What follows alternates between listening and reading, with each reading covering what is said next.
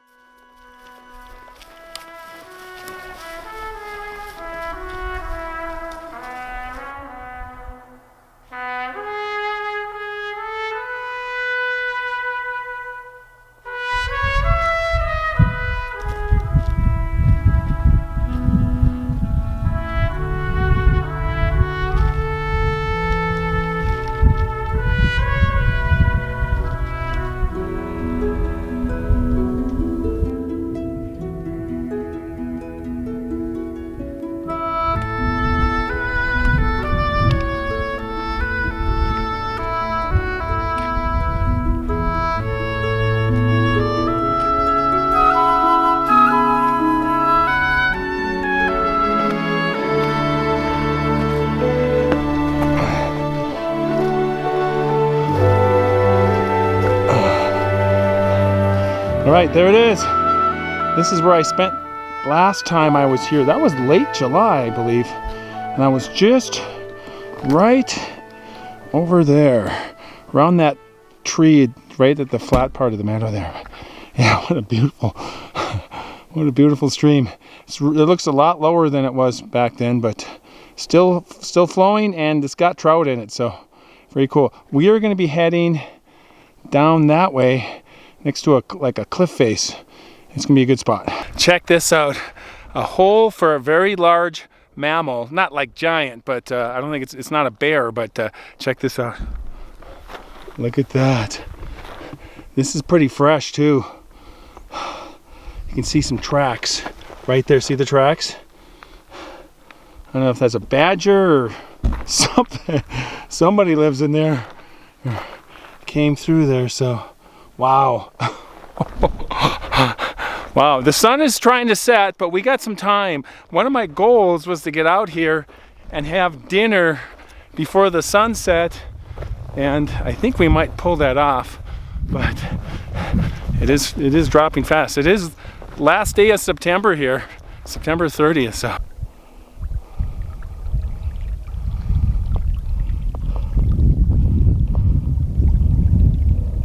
Okay, I think I found a really good spot to cross the creek here, and we are heading that way to those giant boulders next to that hillside there. So, and then the creek winds right up, and I scoped it out on Google Earth, and there's a big flat boulder there, and the creek bends right at the campsite, and there's some boulders going up the slope there. Looked like a great spot.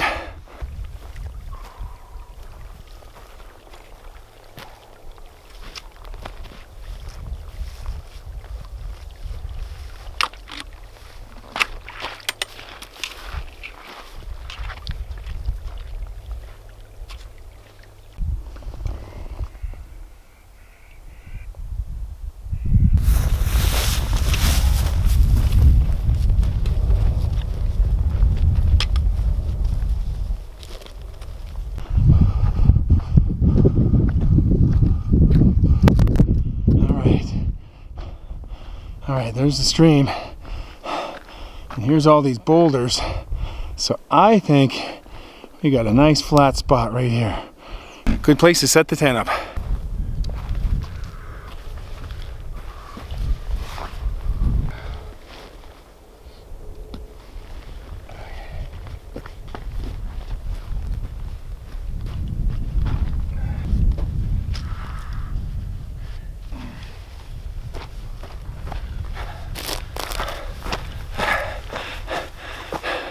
Quarter dome one tonight.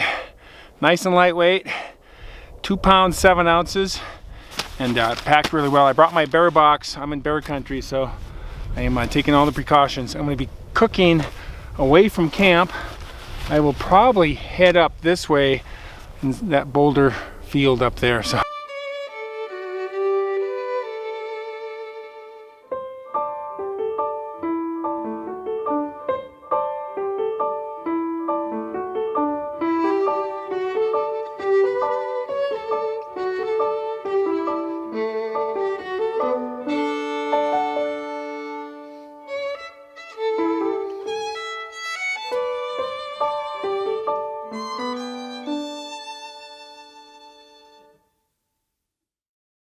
Okay, I got my new pillow here with the removable fabric cover on it here, pillowcase cover. So that is, it's very Trekology-like, which I like. I like the valve on it too. It's the easy to work valve like that. $16.99. That is the Hike Nature.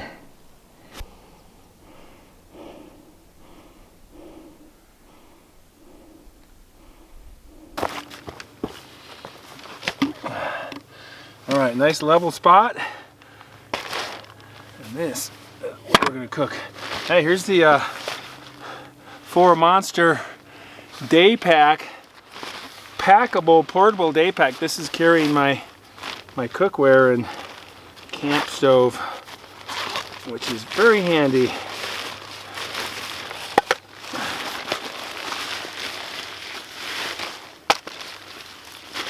Yeah, that packs up nice and small there. Okay, so tonight I'm making loaded baked potato soup, and this is the actual text of this recipe was found scrawled in the back page of one of John Muir's trail journals. This is a recipe exactly as he wrote it back in 1872. Isn't that cool? Adding some Idaho potatoes, Idahoan loaded baked potato, mashed potatoes, flakes, and then some evaporated milk, and my favorite, I don't think John Muir had this, but hash browns from the freezer section at Walmart. I don't think there was Walmart back in 1872, but there is today, so that's what we're having. But this will be good. So I'm going to cook these up first, and then we'll put the soup together. So, all right, we've got the jet boil stash here. And that, I like the, I do like this burner on here, but I have my pot from my REI pot, so I kind of, my GSI pot, jet boil, and that makes a good combo for me because this is a much bigger pot than the jet boil one. I just like having my options, so I mix and match.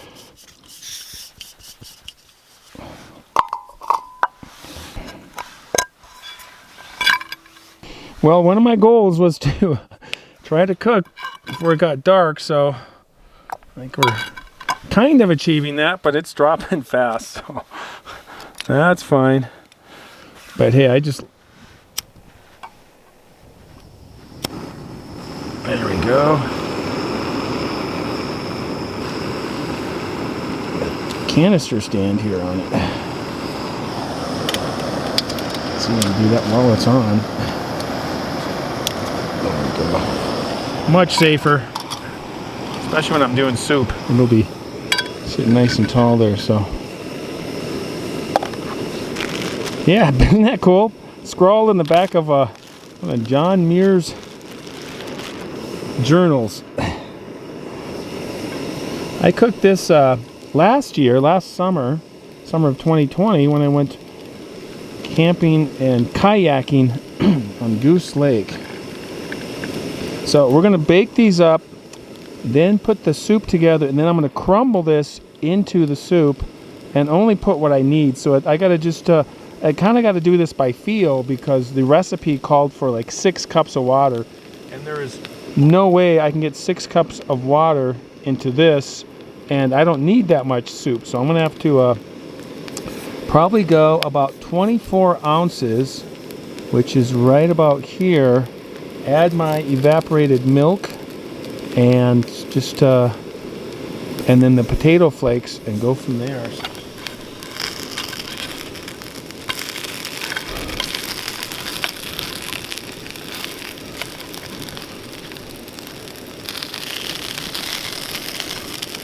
All right, she broke in half, but nice and golden. Yes. Yeah, and like I said, I'm going to be breaking this up anyway, so I will probably be eating some of this as well, just as a sample. Gotta definitely be sampling it. Okay, so in between the hash browns and the boiling the water and getting the soup going, I shut the stove off and I came down and I'm retrieving my beer for the night. It's a specialty beer, and I dropped it in here about 20 minutes ago. There it is. Hex Pale Ale. Isn't that beautiful? Fall River Brewing Company. And since this is a nice little trout stream, I thought that would be perfect. We're not going to be fishing this trip. The water's pretty low and they're going to leave the fish alone. But hey, this was a way to celebrate the fish with a beer. So about 22 ounces maybe. I am camping on a Thursday night. I got to work in the morning. So we'll have to pack up early. But hey, we're going to have coffee, or we're going to do some photography in the morning, and I got some stories to talk about tonight. All right, so like I said, in celebration of the rainbow trout, I make sacrifices, and this is one of them. That is nothing I'm not willing to do for wildlife. Cheers.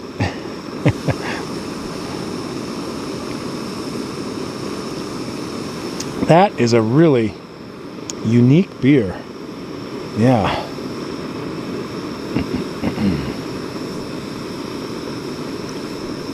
Best enjoyed outdoors. There you go. These do make good samplers. Little taste test here. I'm still testing it, so must do the testing. That's good.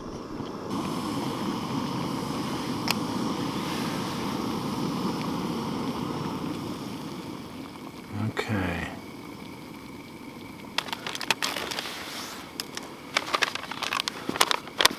Now with the potato flakes, you got to do this sparingly here. These cook really fast. If you was to dump this in, I'd have full straight on mashed potatoes. So we're just trying to make it add the potato flakes here. I'm going to stir that up. Alrighty, it's starting to get a little creamy there. And then now, I wanted to get the dried milk, but I could not find the packets when I went shopping, so I just went with the a small can here. And we're just going to use the old-fashioned church key here. So they used to open beer cans in the old days. That's how you open the beer. All right, and this we're going to go sparingly as well, like that. And just kind of see what happens here.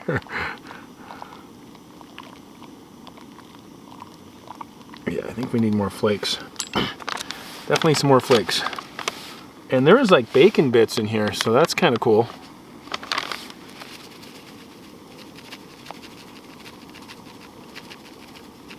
And then the last thing we'll put in is the hash browns.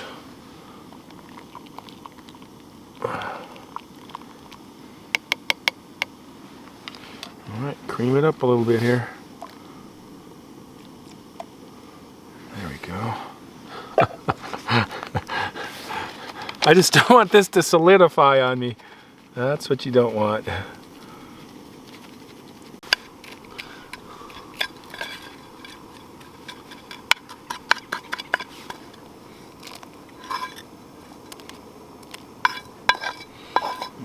Whole hash brown.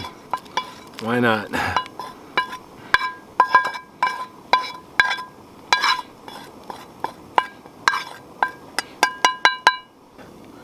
Starting to solidify. Starting to get soup. Oh yeah, that's getting there. Just a little bit more cooking here. It's the kind of thing, it forces you to be patient and just kind of let it cook. Let it come together. So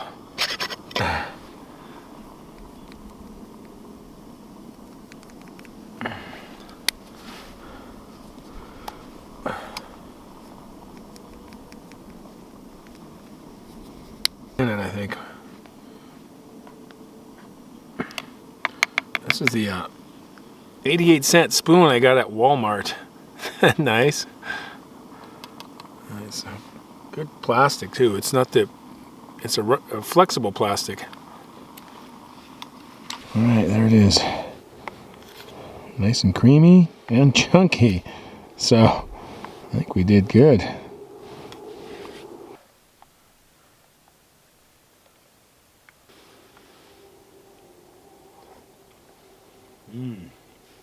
That is really good. That is really good. Very hearty. Hearty, loaded baked potato soup.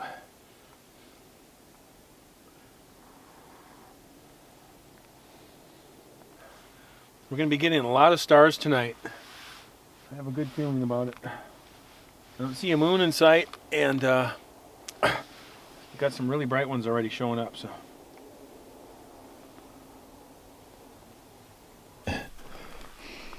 but we are going to head into the tent and relax and just hang out.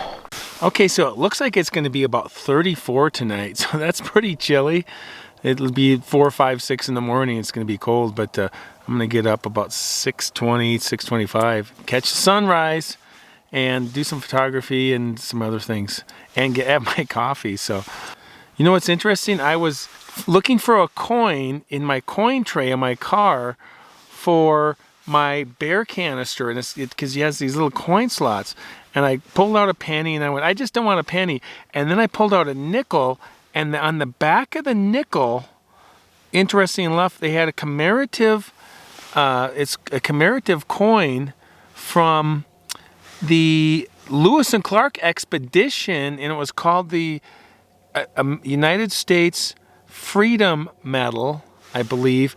And Lewis and Clark had these coins that the government minted, and then they had these satchel of coins, and then they would hand them out to the Native Americans as they encountered them on their journey in 1804, 5, and 6. And they wanted to let them know they had peaceful intentions traveling through the West at that time, and they wanted to get through as safely as possible. And I thought really interesting that I just happened to grab that coin. And then after them came the mountain men, and the most famous mountain man of all time, and my favorite mountain man of all time is Jim Bridger, and he was born in Virginia in 1804, and at the age of 8, his family moved to St. Louis, which at that time was the extreme frontier of the United States of America, and he was like 8 or 9 years old. And then just a few years later, both his mom and dad passed away. I don't know what happened to them, and he was orphaned at like age 13 or 14, and he was all by himself. And so somebody in St. Louis apprenticed him as a blacksmith, and that's what James Beckworth did. And so back in those days, to be a blacksmith was kind of the equivalent of being a mechanic, because that's the form of transportation was horses. So if you know how to work a horse, you could get a job anywhere. He had no formal training or education, not much anyways, and then over those few years there, he learned how to hunt, be a woodsman, and kind of explore, and like a boatsman is what they would call him. He was efficient at a boat. So he hooked up with the Ashley Henry Fur Company that was heading up the Missouri River in 1822, and he went with them, and they spent the first winter on the Yellowstone River, and this was back in 1822. You can imagine 1822 in eastern Montana, North Dakota, really remote, really wild country at that time. There was supposed to be a trading post where they could trade with the Indians, furs and things like that. And then he went further west with part of that group.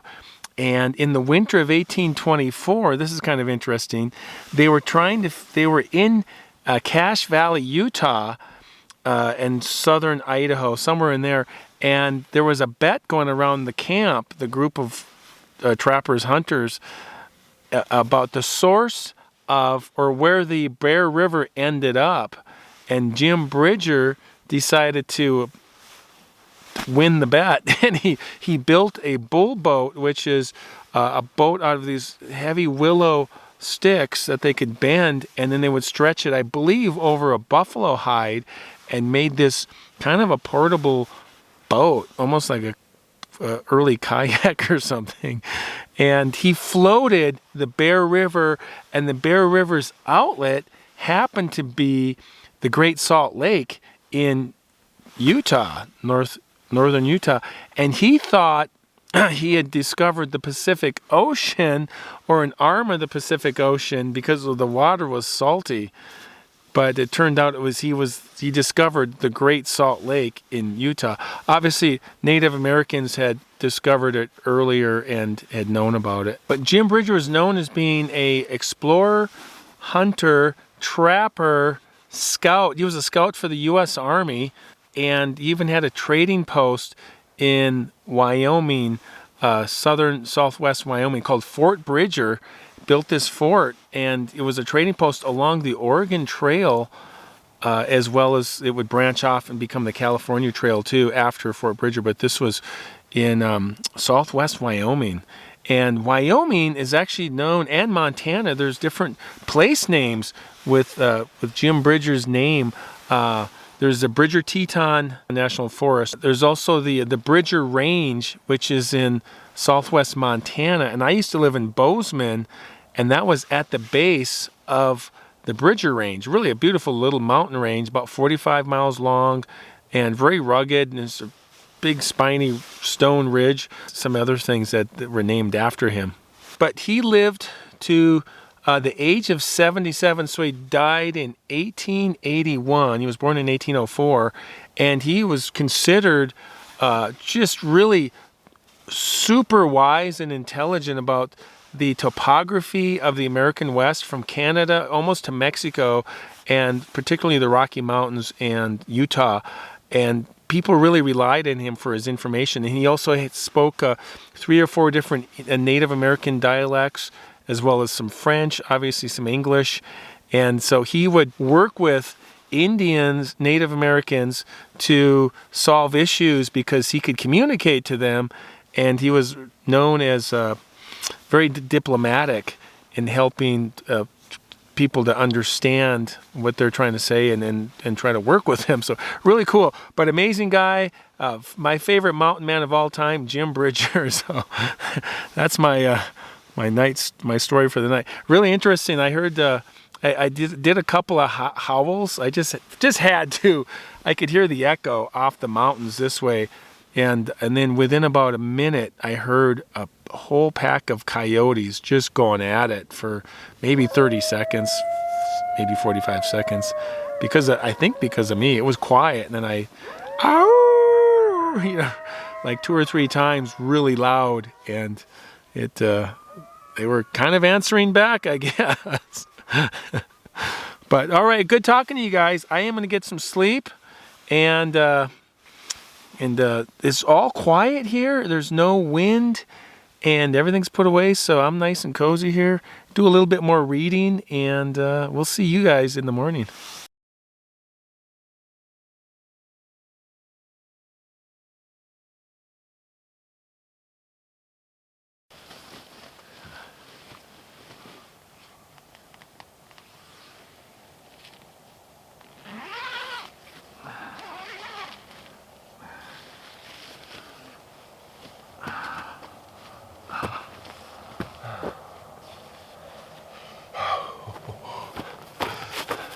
Good morning. It is cold this morning. It's got to be less than 30, and I did not bring gloves today, but I am going to be just fine. We're going to get the coffee going. I'm going to get some pictures though. We got a beautiful sunset going on, and it's just about 7 o'clock, but this whole mountain is lit up, it looks like. It's just amazing. Slept really well. I did hear a noise last night. I'll tell you about that later. So.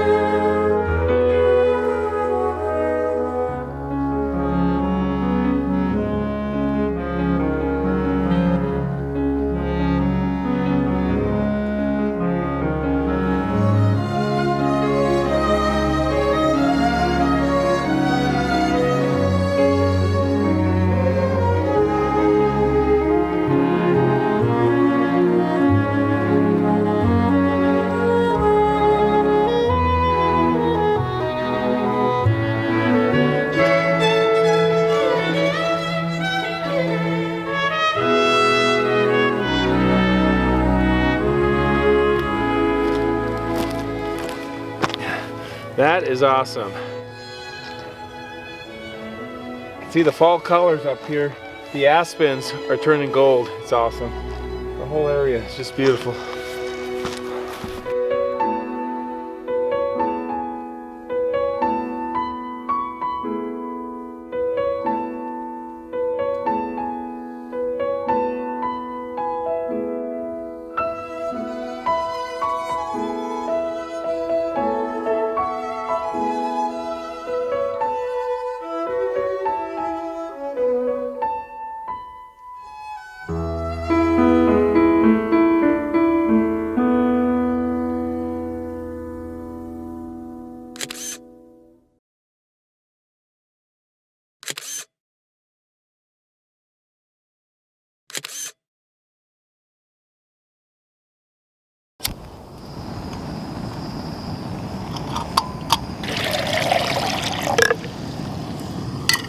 What a great spot this is. Look at that. Got the mountain right there. Coffee right here. Yeah, we're going to be doing the GSI coffee brew. What is this thing called again? It's the GSI though, coffee drip. I like this thing. My hands are not working very well this morning. They're frozen. Everything just is so awkward. There we go. I also have a croissant to go with this. Interesting, the croissant says, best if used by 10/1/21. That is today. Today is the 21st, or 10/1/21. So I wonder what happens tomorrow. Does this turn green instantly? I doubt it.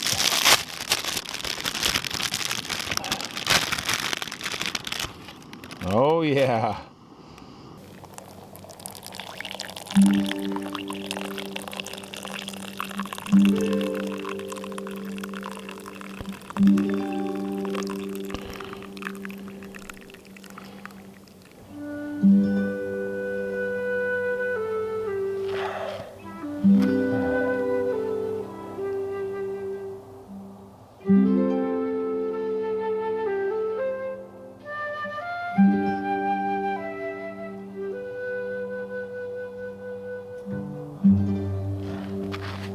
Alright. Awesome view, guys. Good coffee, too. Alright, guys, thanks for watching. It's going to be a great day. Enjoy your day. Appreciate you guys. As always, keep hiking.